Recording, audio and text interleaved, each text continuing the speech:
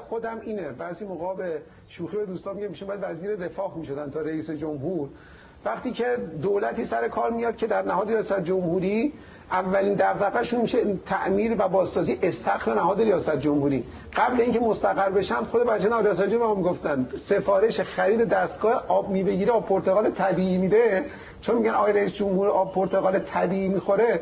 خب معلومه اینجا دیگه اون تفکر انقلابی میره باشه.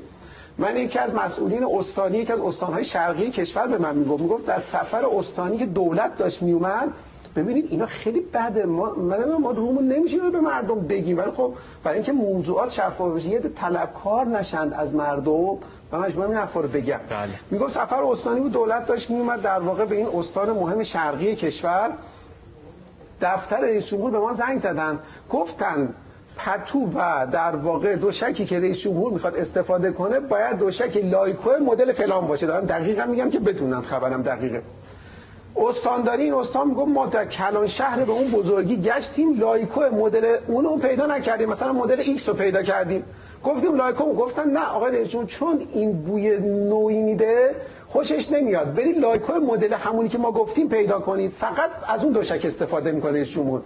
و جالبه میگه ما گشتیم تو شهر مشهد پیدا نکردیم این رو، بعد از تهران با هواپیما دوشک لایکو مدل وای رو فرستادن که رئیس جمهور استفاده کنه.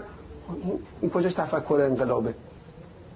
و بعد همین میشه که یعنی ریشه خیلی از مشکلات امروز کشور میشه این نوع نگاه. ببخشید من خب مسئله جزئی بگم من اگه دقت که تو بحثام از نرخ ارزش پول ملی و نقدینگی و اینها گفتم، ولی من معتقدم بعضی از اینا در رفتار حاکمان نشون میده، خودش در رفتار مسئولین و مدیران و کارگزاران کشور نشون میده. داداش مردم به ماها نگاه میکنن، میگن یه تعبیر من جمله شما فرمودید، یه الناس علی دین ملوکهم، یه تعبیریه واقعا مردم